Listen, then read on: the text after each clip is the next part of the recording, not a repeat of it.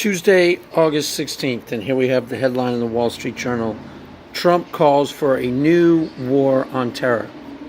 Now, we're going to go a little deeper into why Donald Trump, it's almost getting too late for him to win the presidency and what went wrong and why. When people tend to vote in presidential elections, you have your priorities and you have your concerns. And depending on what your main concern is, that usually depends how you vote. I mean, that's an obvious no-brainer, but what exactly do I mean? Say, example, one of your main concerns when you're voting this election is taking care of grandma. Now, 99 times out of 100, if your main concern in voting is taking care of grandma, you're going to go vote for the Democrats. Now, let's say your main concern is keeping taxes low. That's your main thing. 99 times out of 100, you're going to vote for the Republicans.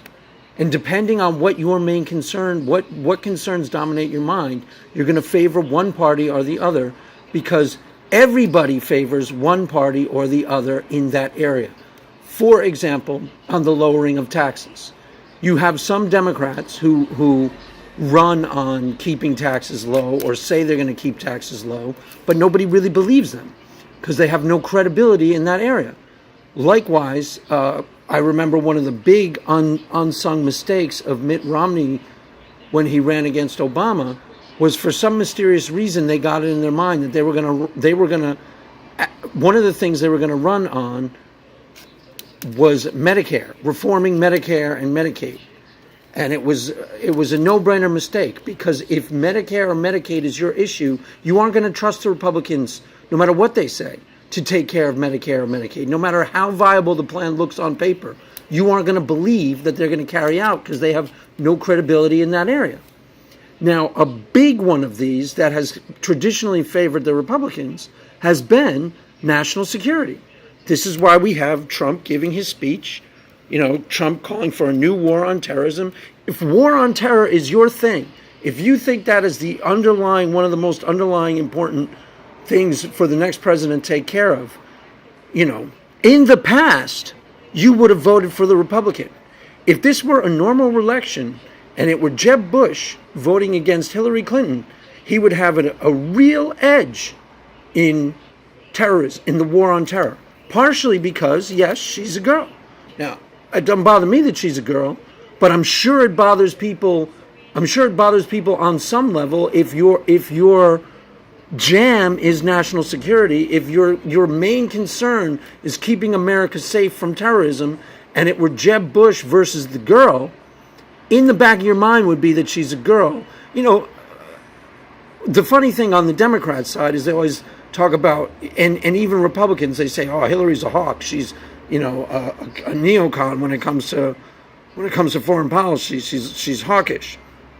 Again, it's credibility. Hillary Clinton is more hawkish than your average Democrat, and I actually think she will be a very credible and competent foreign policy president. But if your main concern is national security, you're going to factor in the fact that she's a woman. You are. Maybe unconsciously, but you will factor it in. So if it were Jeb Bush versus Hillary Clinton, and let's say there was a terrorist attack in October, Jeb Bush would win in a walk, or he would at least have a huge edge in that area because he's a reasonably sane, competent human being, and Republicans tend to be favored in areas of national security. It's why W won the election against John Kerry. John Kerry, in a way that was profoundly not wise, went along with the Republicans' framing of the main debate behind that election. That became a national security election. Well, if it's a national security election, normally the Republican's going to win. Because the Democrat will say, yeah, I'm going to be tough on, and nobody believes them. It was like when Bernie Sanders said, we got to defeat ISIS. Nobody believed that he's going to go after ISIS. So what's the problem here? The problem here is that Trump is insane. If you are a national security person and your main goal is keeping this country safe, Trump's behavior has already demonstrated itself as way too erratic to be trusted with the national security of this country. I mean, it's a no-brainer. Anybody who watches Trump and feels safe by his antics or safe by his, the things that he does. It has a tendency, is not really paying full attention. We aren't talking about a mainstream traditional Republican take where he's just going to be more aggressive.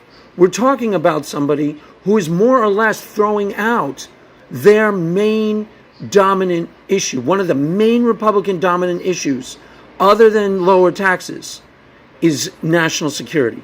That is almost the entirety of George W.'s victory the second time around. It was a national security election for the most part.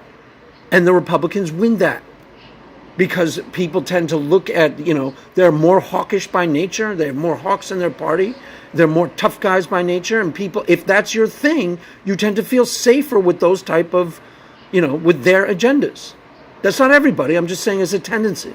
But Donald Trump totally eradicates that edge because there's no way you can watch Donald Trump and feel safe about anything. The guy did not even know that the Ukraine had been invaded. He did not even know that. Or he did not even know that the Crimea had been invaded, rather. Sorry.